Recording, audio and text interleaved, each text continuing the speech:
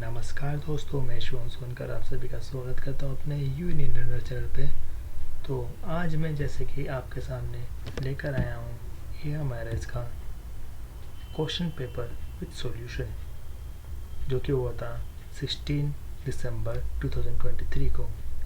तो चलिए स्टार्ट करते हैं। इसके अंदर जो पहला कॉमर्स का क्वेश्चन था वो था इसके अंदर 51 नंबर क्वेश्चन, जो कि था Shekhar draws a bill on Vijay on June 15, 2022 for 40,000 rupees for 3 months. The bill is discounted with bank at a charge of rupees 200. Bill is dishonored at maturity. In the books of Shekhar, for dishonor, the bank account will be gated by rupees.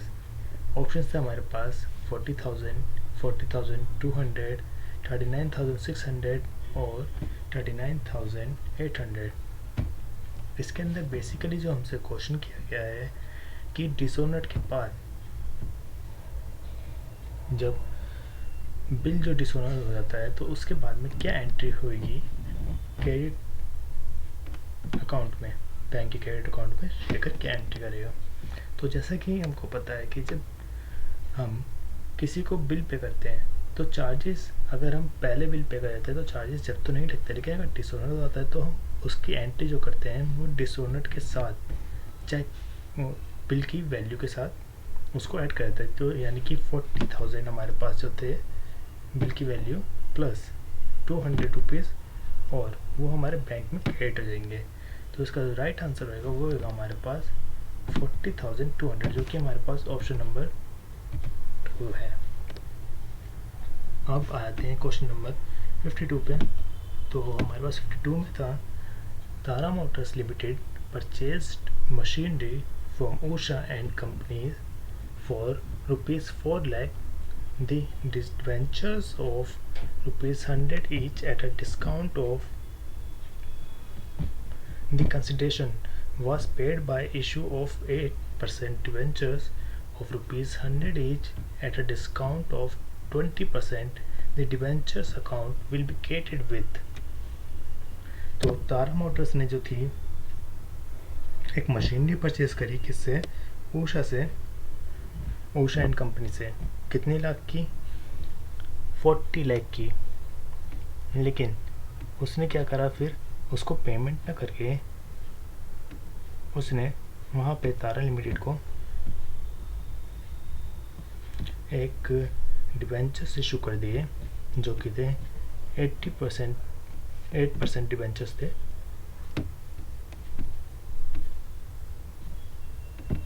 और कितने रुपए इसके as थे? वो थे हमारे पास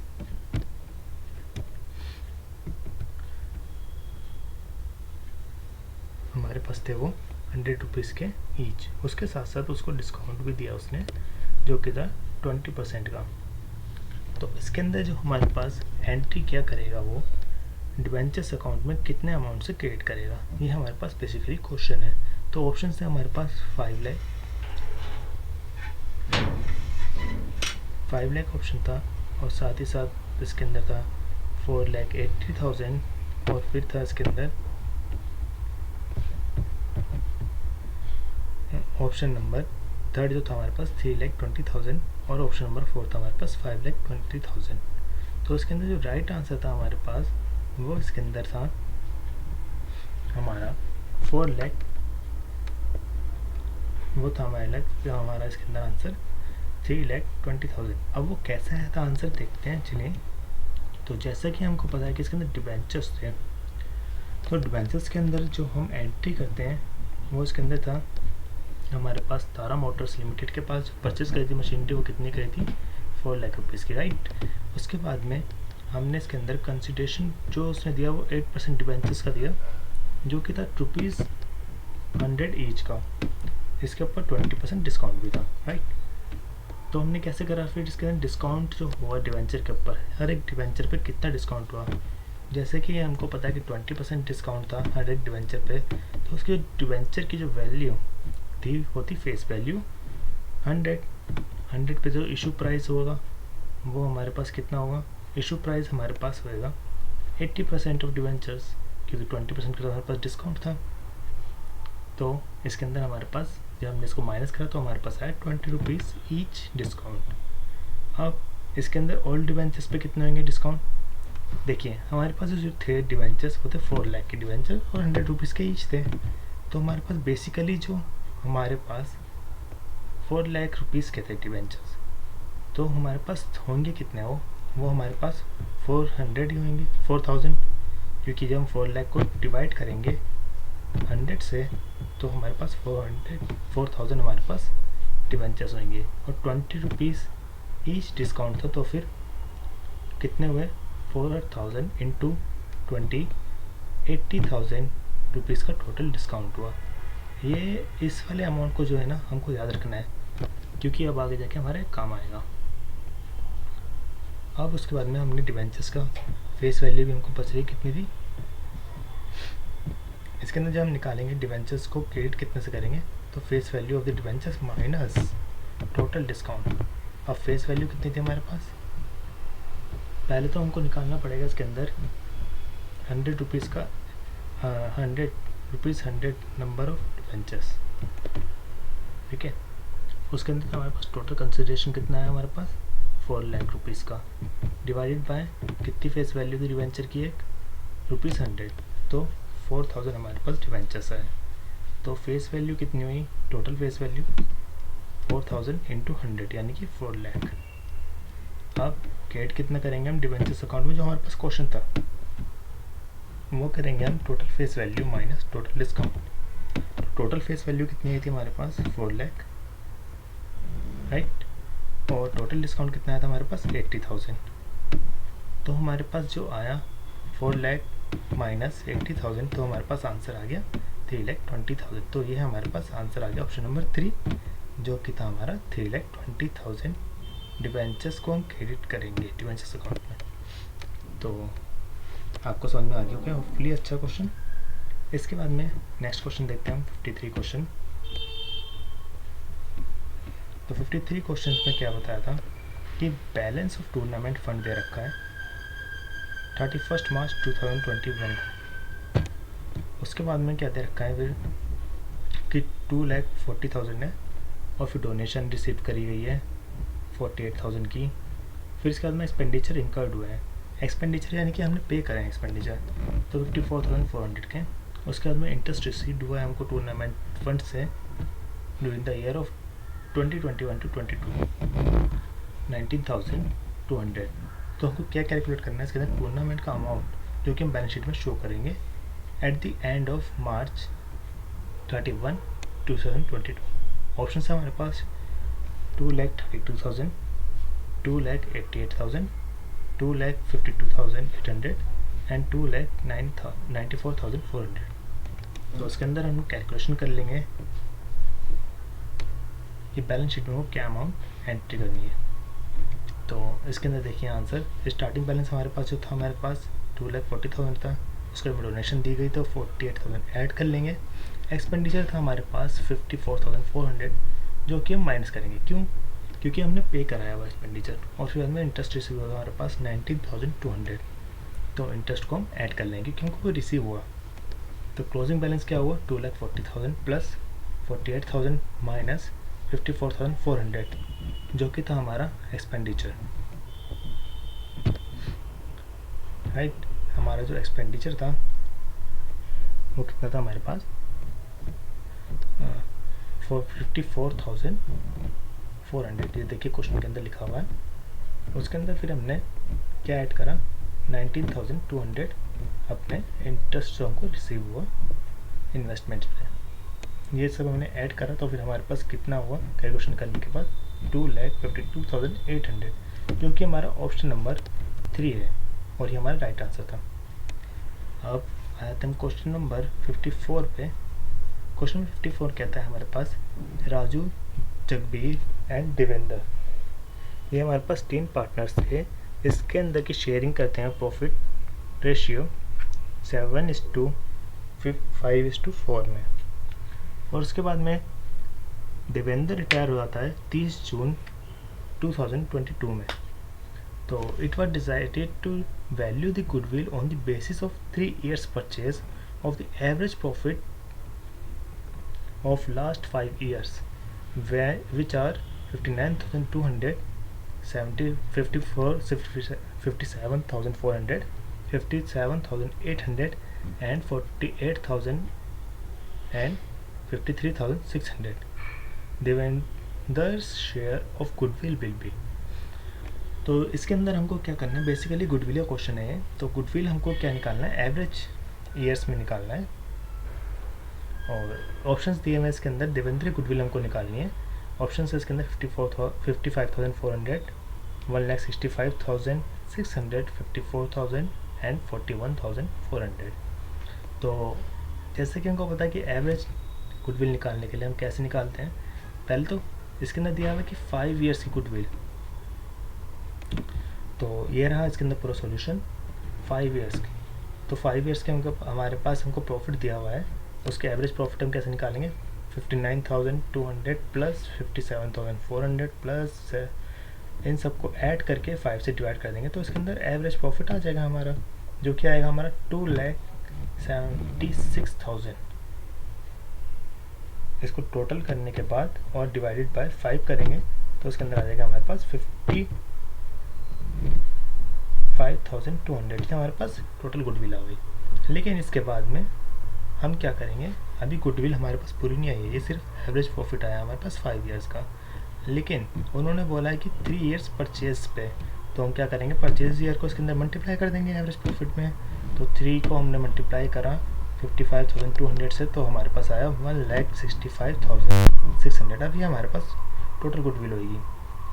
उसके बाद हम क्या करेंगे, अब डिवेंडर का हमको निकालना है कितना बनेगा उसका हिस्सा। तो देवेंद्र का हिस्सा कितना बनेगा, देवेंद्र हमारे पास जो था वो हमारे पास थर्ड नंबर पर यानी कि 4 प्लस ये टोटल कितना हुआ, 7 + 5 + 4 इट मीन्स 16।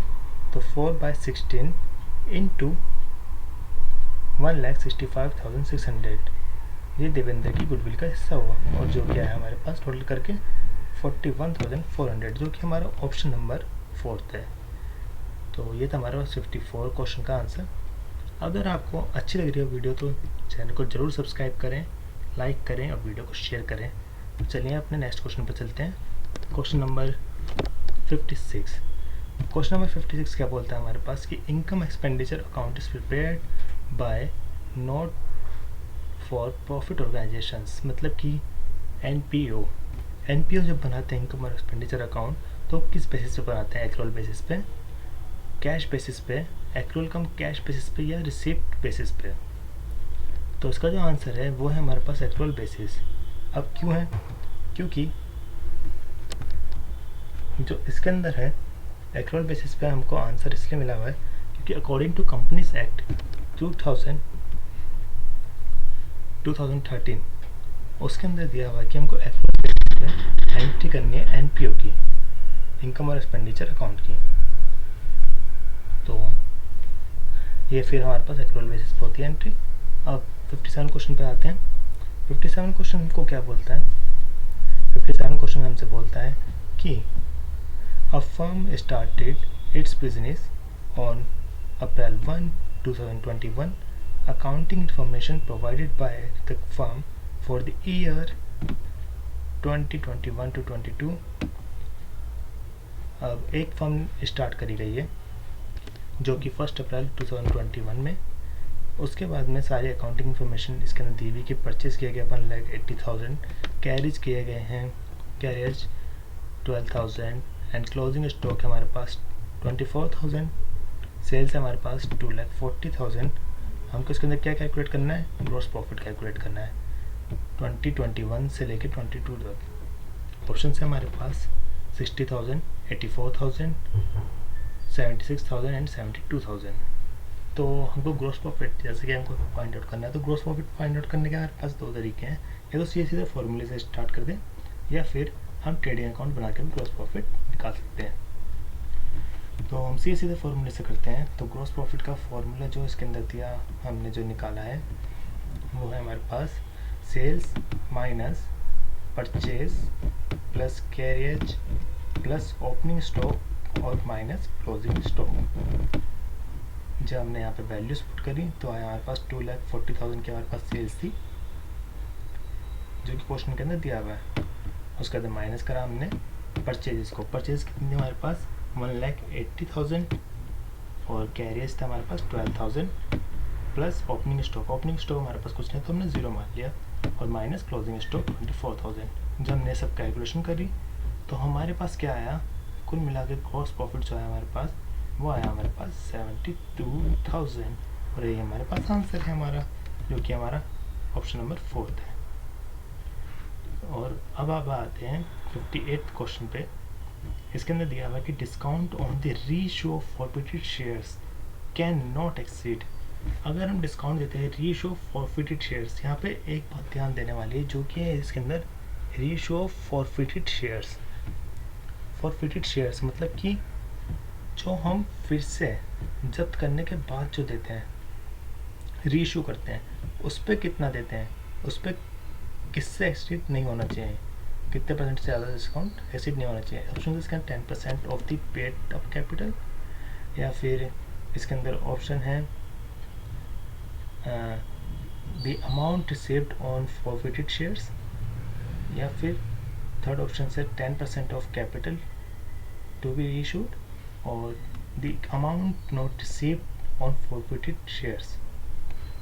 तो इसके अंदर क्या ऑप्शन का आंसर होना चाहिए, इसके अंदर आंसर जो है हमारे पास आंसर नंबर 2 है इसका आंसर। अब वो क्यों है, क्योंकि इसके अंदर जब हम रीइश्यू करेंगे किसी भी फॉरफिटेड शेयर को तो उसका जो डिस्काउंटेड अमाउंट होएगा वो कभी भी उसको डिस्काउंट हम उसके जितनी भी हमने फॉरफिट करेंगे शेयर्स उससे ज़्यादा नहीं देंगे। मान लीजिए कि हमने 1000 के शेयर्स फॉरफिटेड किए, राइट, 1000 रुपीज़ के हमने शेयर फॉरफिटेड किए, तो हम जो डिस्काउंट जब उसके रीइश्यू करेंगे उस शेयर्स को तो हम इससे ज़्यादा नहीं दे सकते। 1000 तक तो दे सकते हैं, 999 का भी दे सकते हैं डिस्काउंट, लेकिन हम 1001 रुपीज़ नहीं दे सकते डिस्काउंट। अब ये किसने बोला है, ये हमको बोला है कंपनीज एक्ट 2013 ने। The discount on reissue of forfeited shares can not exceed the amount received on forfeited shares. जितने भी हमको अमाउंट रिसीव्ड होगा फॉरफिटेड शेयर्स पे उससे ज़्यादा हमको डिस्काउंट नहीं देना है। अब हम आते हैं अपने क्वेश्चन नंबर 59 पे। 59 क्वेश्चन हमको क्या बोलता है कि Anil, Vijendra and Charu are equal partners in a firm having capitals of 60,000, 40,000 and 20,000 respectively on March 31, 2022. On the same day, Vijendra retires and took away an unrecorded computer for 12,000. Calculate the balance amount shall be paid to Vijendra on his retirement. तो इसके अंदर क्या होता है कि देखिए question में बोला है कि अनिल, विजेंद्र और चारू 3 इक्वल पार्टनर्स हैं। कैपिटल है उनकी 60,000, 40,000 और 20,000 और 31 मार्च 2022 इसके अंदर ही यहाँ पर रिटायर्ड हो जाता है हमारा विजेंद्र। और विजेंद्र क्या करता है, एक अनरिकॉर्डेड जो कंप्यूटर होता है वो लेके चला जाता है 12,000 का। अब ये अनरिकॉर्डेड है तो इसके अंदर कुछ इफेक्ट तो ज़्यादा पड़ेगा नहीं। तो हमको क्या कि अब हमको कितना बैलेंस पे करना है विजेंद्र को रिटायरमेंट में। तो ऑप्शन है हमारे पास 40,000, 52,000, 56,000 और 32,000। अब इसके अंदर जो आंसर होएगा पहले वाला का आंसर जो कि था हमारे पास the amount received on forfeited shares, जो कि उससे ज़्यादा एक्सीड नहीं होना चाहिए डिस्काउंट, और 59 का आंसर होना है। 59 का आंसर होगा आंसर नंबर फर्स्ट 40,000। अब वो क्यों है 40,000, क्योंकि जो विजेंद्र जो है उसने अनरिकॉर्डेड कंप्यूटर का अमाउंट लिया था, राइट, उसको हमने कहीं पर एंट्री नहीं करी थी, अनरिकॉर्डेड था वो, कहीं पे भी एंट्री तो हो नहीं रखी थी। ये देखिए यहाँ पे क्वेश्चन में दिया हुआ है, जब वो अनरिकॉर्डेड था तो फिर उससे कुछ इफेक्ट तो पड़ेगा नहीं, हमारे बैलेंस शीट पे ज़्यादा कुछ इफेक्ट पड़ेगा नहीं, अनरिकॉर्डेड है देखो 12,000 का। लेकिन हमको जितना अमाउंट उसको पे करना विजेंद्र को उतना तो हम पे करेंगे ना। तो हमको कितना पे करना था विजेंद्र कैपिटल शेयर का, वो 40,000 था। Since he took away an unrecorded computer for 12,000, the balance amount to be paid to Vijendra on his retirement is rupees 40,000. ₹40,000 ही हमको पे करना है उसको भी। तो इसका राइट आंसर है वो आंसर नंबर फर्स्ट है जो कि 40,000। आते हैं अपने क्वेश्चन नंबर 60 पे। A, B and C are partners sharing profit and losses in the ratio 3:2:1. B retires and acquires 40,000 from A and 24,000 from C as his share of goodwill. New profit sharing ratio of A and C will be. इसके अंदर जो एक question है, question number 60, ये हम करेंगे अपनी next video में, क्योंकि ये वीडियो बहुत ज़्यादा लंबी हो जाएगी वरना अगर हम सारे 70 के 70 क्वेश्चंस करेंगे, इसलिए हम इसको कुछ पार्ट्स में करेंगे। तो आज के लिए बस इतना ही, तो मिलते हैं फिर अपने नेक्स्ट वीडियो में। Thank you for watching my video and keep learning and keep growing. Thank you and have a nice day. And don't forget to subscribe, like and share the video. Thank you.